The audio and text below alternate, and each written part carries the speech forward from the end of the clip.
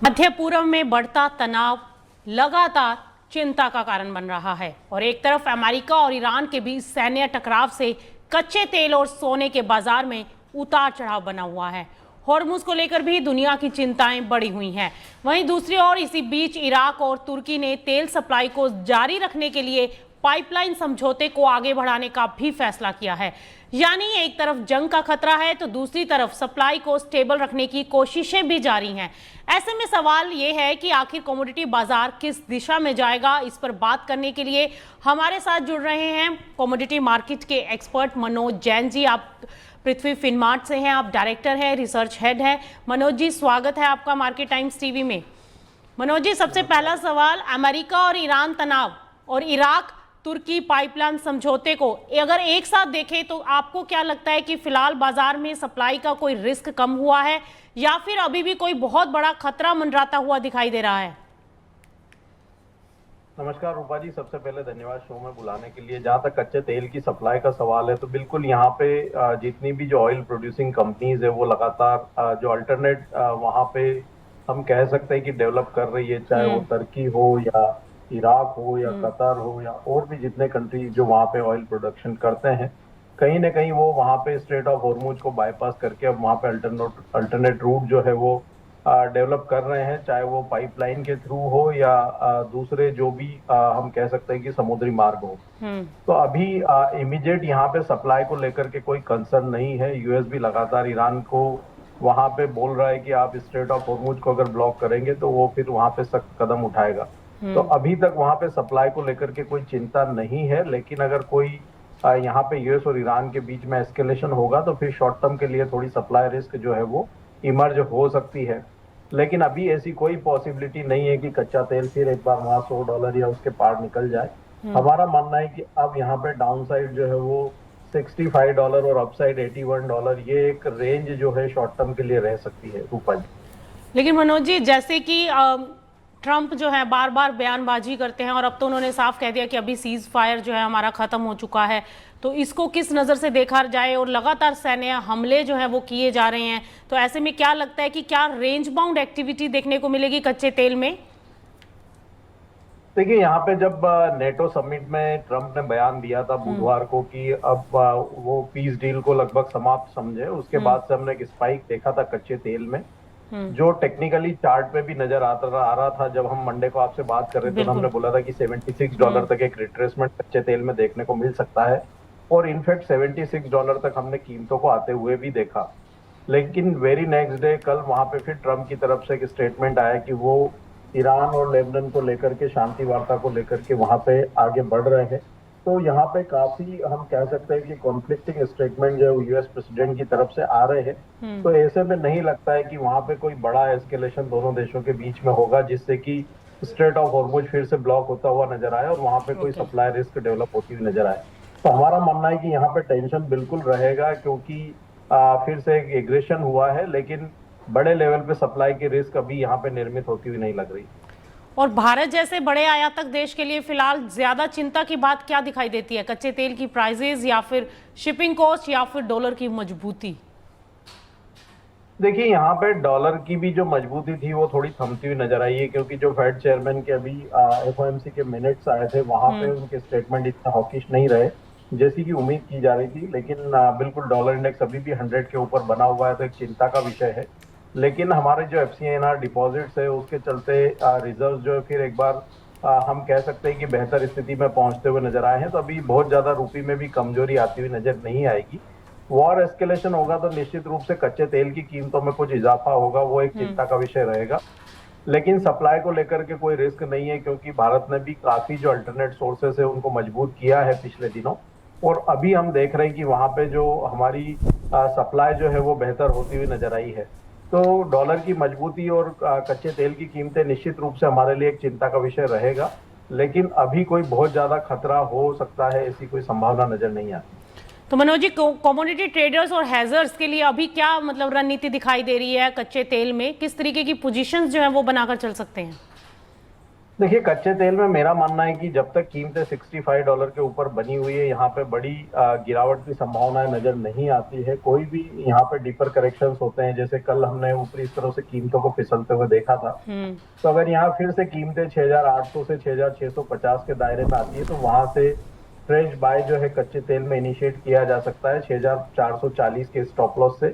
ऊपर में हमारा मानना है ग्रेजुअली कीमतें फिर एक बार 7,070, 7,150 वहां तक आ सकती है नेक्स्ट वीक में। तो डाउन साइड में भी यहाँ पे बाई की ही जो है रणनीति बना करके चलना चाहिए, जब तक कॉन्फ्लिक्ट पूरी तरह से सेटल नहीं हो जाता। तो मनोज जी, सोना और चांदी ये भी एक दायरे में फंसता हुआ दिखाई दे रहा है, ना तो ऊपर जा रहा है ना नीचे गिर रहा है। तो ऐसे में सोने और चांदी को लेकर क्या स्ट्रेटेजी होनी चाहिए और क्या रेंज बाउंड दिखाई देती है, और कौन सा ऐसा मेन ट्रिगर होगा जो इसकी चाल को क्लियर करता हुआ दिखाई देगा? देखिए, सोना और चांदी अभी हमारा मानना है कि कंसोलिडेशन के फेज में है और वो निश्चित रूप से यहाँ पे दायरे में बने रह सकते हैं। जहां तक बड़े ट्रिगर का सवाल है, तो हम देख रहे हैं कि जो बॉन्ड की दरें यूएस की अभी भी वो एलिवेटेड लेवल पे बनी हुई है। सबसे मुख्य संकेत यहाँ पे मिलेगा जो यूएस के 2 वर्ष के बॉन्ड की दरें अभी हम देख रहे हैं कि वो लगभग 4.20% के आसपास बनी हुई है। तो वो ये संकेत कर रही है कि फेड की तरफ से ब्याज दरों में बढ़ोतरी इस वर्ष हो सकती है। अगर यूएस के बॉन्ड के 2 वर्ष की दरें 4% के नीचे अगर फिसलती है, तो वह फिर एक बड़ा संकेत होगा सोने और चांदी में तेजी के लिए। तो उसके ऊपर नजर रख के चलना चाहिए। जब तक वो 4% के नीचे नहीं आती है, सोना और चांदी एक दायरे में ही बने रह सकते हैं।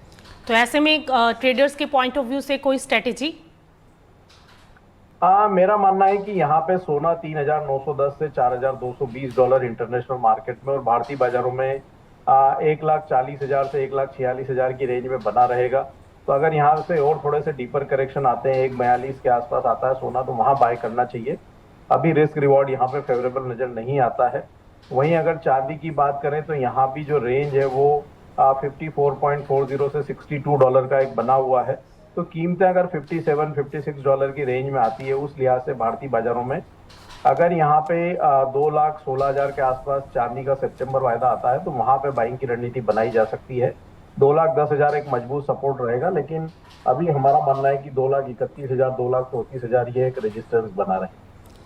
मनोज जी, अगर दिवाली तक की हम बात करें, लॉन्ग टर्म थोड़ा सा होरिजन लेकर चलें, तो इसमें आपको क्या लगता है कि सोने और चांदी में से बेस्ट परफॉर्मेंस किसकी रह सकती है?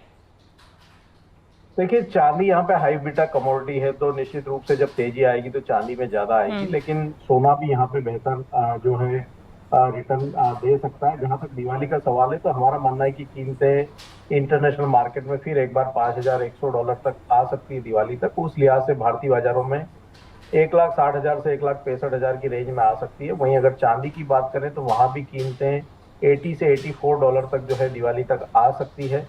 उस लिहाज से भारतीय बाजारों में लगभग 2,60,000 से 2,70,000 की रेंज दिवाली तक देखने को मिल सकती है। तो पॉसिबिलिटी काफी ब्राइट है कि यहाँ दिवाली तक एक अच्छा अपमूव सोने और चांदी में देखने को मिलेगा, लेकिन हाई बीटा होने के चलते चांदी ज्यादा यहाँ पे आउट परफॉर्मेंस दिखाती हुई नजर आएगी सोने के मुकाबले। यानी कि मनोज जी, $1,000 की तेजी यहां से सोने में आने वाले 3 से 4 महीने में देखने को मिल सकती है, ये मानकर चलें? बिल्कुल। और मनोज जी, चांदी 4 लाख का टारगेट जो है वो कितनी दूर दिखाई देता है? क्या साल के एंड तक चांदी 4 लाख का स्तर छू सकती है? नहीं, मेरा मानना है कि दिसंबर तक चांदी फिर एक बार यहाँ पे 3 लाख रुपए तक के स्तर जो है वो टेस्ट कर सकती है, लेकिन 4 लाख के स्तर को पार करने के लिए 2027 का वेट करना पड़ेगा।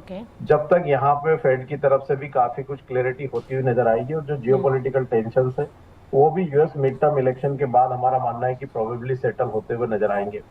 तो नेक्स्ट ईयर 2027 में फिर एक बार कीमतें 4 लाख के स्तर के पार जा सकती है। तो मनोज जी, अब जिसको लॉन्ग टर्म आपने इतना बड़ा टारगेट दिया है, और अब जिसको long term point of view से अगर बाइंग करना हो, तो वो लेवल्स बता दीजिए जिन लेवल्स के ऊपर अभी एंट्री ले ली जाए, ताकि 3 लाख 3.5 लाख का लेवल। जी, किसी भी कमोडिटी का टॉप और बॉटम जो है वो प्रिडिक्ट करना काफी डिफिकल्ट होता है, लेकिन जो लॉन्ग टर्म का व्यू है प्रीशियस मेटल का वो पॉजिटिव है। तो डाउनसाइड यहाँ पे लिमिटेड नजर आती है। हमारा मानना है कि चांदी यहाँ पे 2 लाख एक बेस केस रहेगा, और अगर सोने की बात करें तो वहां पे 1,40,000 से 35,000 की जो रेंज है वो एक बेस केस रहेगा। तो जो लंबी अवधि के निवेशक है वो एसआईपी के रूप में स्टेगर्ड वे में निवेश करें, और लमसम निवेश करने से बचे, क्योंकि मार्केट काफी वोलेटाइल है। एसआईपी के रूप में निवेश करें, लंबी अवधि का ट्रेंड पॉजिटिव है। ट्रेडर्स को जब भी मार्केट सपोर्ट्स लेवल के आसपास आता है तो वहां पे बाय की रणनीति बनाए। जब भी मार्केट में स्पाइक आते हैं तो ऊपरी स्तरों पर बाय करने से बचने की सलाह रहे। बिल्कुल। तो मनोज जी, बेस मेटल्स में अब कौन सा बेस मेटल आपको लगता है कि हफ्ते का आखिरी कारोबारी दिन, और ऐसा कौन सा बेस मेटल है जो एक अच्छा रिटर्न देता हुआ दिखाई दे सकता है अगले हफ्ते? अगर आज पोजीशन बना ली जाए तो नेक्स्ट वीक में प्रॉफिट आता हुआ दिखाई दे। देखिए, हमने सप्ताह की शुरुआत में वहां पे एल्यूमिनियम के बारे में बोला था कि 344 तक एल्यूमिनियम की कीमतें जा सकती है, और आज वो वहां पे लक्ष्य हासिल होते हुए नजर आए हैं। टेक्निकली अगर हम देखें तो यहाँ पे निकल में एक अच्छा जो है पैटर्न फॉर्मेशन होता हुआ नजर आ रहा है, राउंडिंग बॉटम, जो कि निकल की कीमतों को वहां पे 1680 तक ले जा सकता है। अगर मैं अगस्त कॉन्ट्रैक्ट की बात करूं, जो भी लगभग 1620 के आसपास ट्रेड हो रही है, तो निकल अगस्त कॉन्ट्रैक्ट में 1620 से 1600 की रेंज में एक्यूमुलेट करना चाहिए 1578 के स्टॉप लॉस से। अगले वीक के लिए वहां पे लक्ष्य जो है ऊपर में 1580 तक के रखे, 1680 तक के रखे जा सकते हैं। ओके। और मनोज जी, कॉपर में क्या लग रहा है आपको? कॉपर एक दायरे में ही देखने को मिलेगा। मेरा मानना है कि 1276 यहाँ पे जो है डाउन साइड सपोर्ट्स रहेंगे। वहीं ऊपर में 1322 ये एक रेजिस्टेंस रहेगा, तो 1278 से 1322 की रेंज इसकी बनी रह सकती है। अगर ये 1285 1290 की रेंज में आता है तो वहां पे लॉन्ग कर सकते हैं 1276 के नीचे के स्टॉप लॉस से। ऊपर में 1303 और 1320 तक के लक्ष्य वहां रखे जा सकते हैं। और नेचुरल गैस मनोज जी आज प्रेशर दिखा रही है, काफी एक सीमित दायरे में कारोबार देखने को मिल रहा है। क्या लग रहा है इसमें तेजी कब तक आती हुई दिखाई दे सकती है? नेचुरल गैस में एक बेहतर स्ट्रक्चर था और रेंज थी वहां पे 288 से 320 की, जो हमने कल ब्रीच होते हुए देखी। इंटरनेशनल मार्केट में भी कीमतें सत्र के दरमियान $3 के नीचे फिसलती हुई नजर आई थी। भारतीय बाजारों में 288 के स्तर कल ब्रेक होते हुए नजर आए थे। तो हमारा मानना है कि शॉर्ट टर्म में यहाँ पे स्ट्रक्चर थोड़ा सा बिगड़ता हुआ नजर आया है। तो फिलहाल यहाँ पे एक स्टेबिलिटी का वेट करना चाहिए। सप्ताह का आखिरी दिन है, इसलिए आज यहाँ पे कोई फ्रेश रणनीति की सलाह नहीं रहेगी। अगर नेक्स्ट वीक कीमतें फिर एक बार 288 के स्तर के ऊपर सस्टेन होती है, तभी यहाँ बाय की रणनीति बनाना चाहिए। शॉर्ट सेल की सलाह नहीं रहेगी, क्योंकि फंडामेंटल कमोडिटी के बेहतर है, इसलिए यहाँ पे शॉर्ट ये लेवल पे करने की सलाह नहीं रहेगी। ओके।